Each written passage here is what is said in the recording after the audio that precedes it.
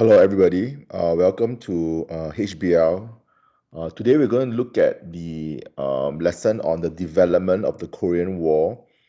And we are going to basically examine how the so-called Korean War developed once it started, basically on 25th June 1950.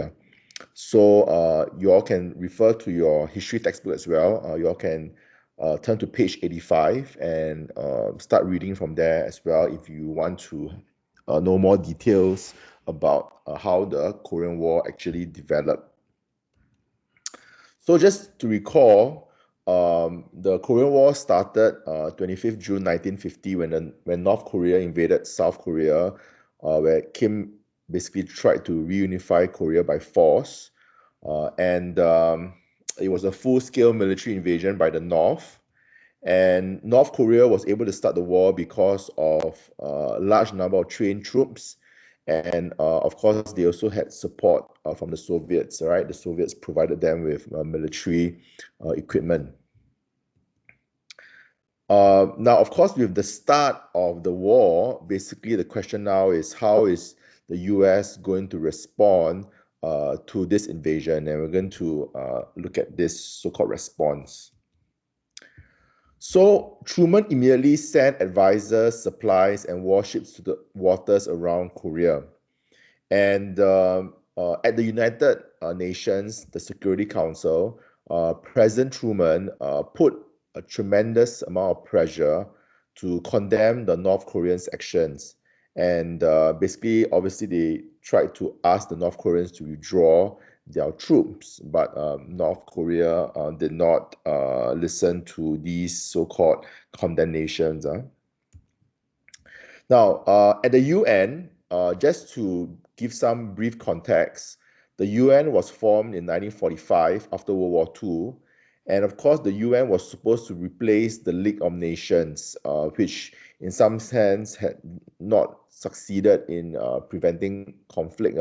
So that's why the United Nations was formed after World War II. And it had 51 members or the countries at the first meeting. And of course, the goal of the UN was to really maintain international peace and security. Now, the UN has this organization within known as the Security Council. And the Security Council basically are very powerful countries that made so-called key decisions within the UN. And the Security Council had 5 permanent members. The United States was one of the permanent member. USSR was also another permanent member. So basically, obviously, the countries that are quite powerful, or should I say, not say quite powerful, but are very powerful, are basically part of this so-called Security Council, and they are known as permanent members because they are powerful. They are making important decisions for the world, in some sense, right? Now, at the Security Council, okay, on 27 June 1950, after so-called North Korea's attack, the US sponsored a resolution in the council known as UNSC Resolution 82. And in this resolution, it states that members of the UN, okay, will furnish assistance to the Republic of Korea as may be necessary to repel the armed attack and to restore international peace and security in the area. Basically, in other words, the US wanted the UN to really support South Korea and to fight against North Korea so that, in some sense, peace in Korea will be restored. And the US obviously pushed very hard for this resolution. Now, the resolution was passed only because the USSR was boycotting the UN Security Council. And why was the USSR boycotting the council at that point in time?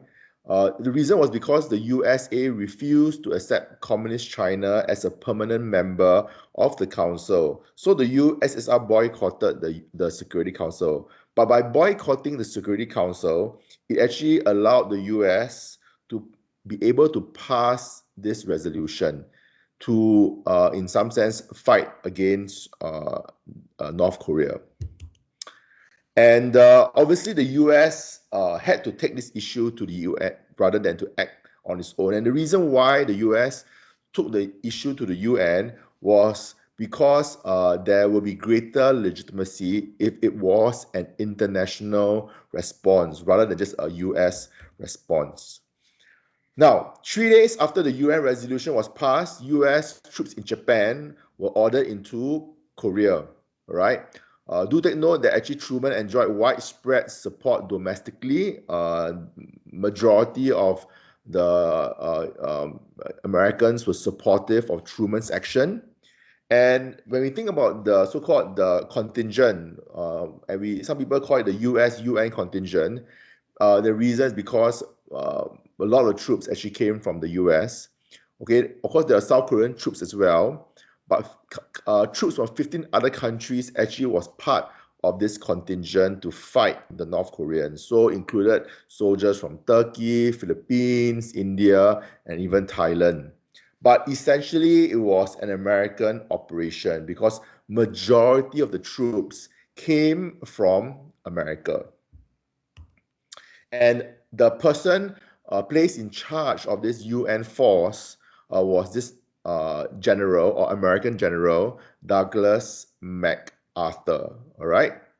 So he was in charge of fighting against the North Koreans, leading the UN force. Now, why did the US intervene in this so-called conflict? This is the important question to consider, because if the US did not intervene, then the conflict in Korea would most likely be seen as like a civil war, maybe between North and South Korea. But the fact when the UN intervened, then basically this Cold War conflict has now spread to Asia.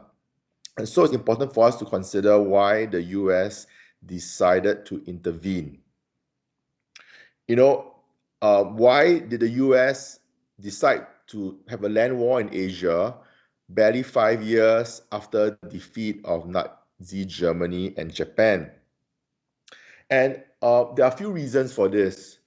The first reason is that the US was extremely suspicious of Soviet expansionism or the spreading of communism around the world. And of course, the US was dealing with the spread of communism in Europe. But now the question in the US mind was, is communism now spreading in Asia as well? And the US actually wrongly believed that Kim was directed by Moscow. So what they had in their minds really was that Moscow was in some sense directing Kim to attack South Korea. And they thought that, Moscow is really expanding. And this was a clear indication of expansionist Soviet policy. And so US needs to react to this so-called expansionism and to contain the communist threat. But we now know that actually Kim played a very important role in persuading Stalin. So that's why we actually say that the US actually wrongly believed Kim was directed by Moscow to attack South Korea.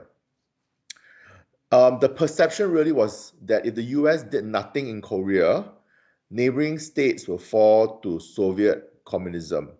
In other words, if we do not do anything, then if Korea becomes communist, then countries like maybe even like in Southeast Asia or maybe even Japan would be threatened, because it seems to suggest that communism was spreading.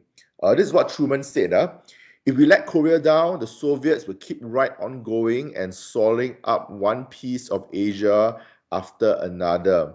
And if we were to let Asia go, the Near East would collapse, and there's no telling what would happen in Europe. And so Truman really had to make a stand, and Truman really then decided that, okay, we needed to go in to save the South Koreans. Now, let's pause here for a moment, and you may start to do and complete the MCQ questions in Microsoft Forms.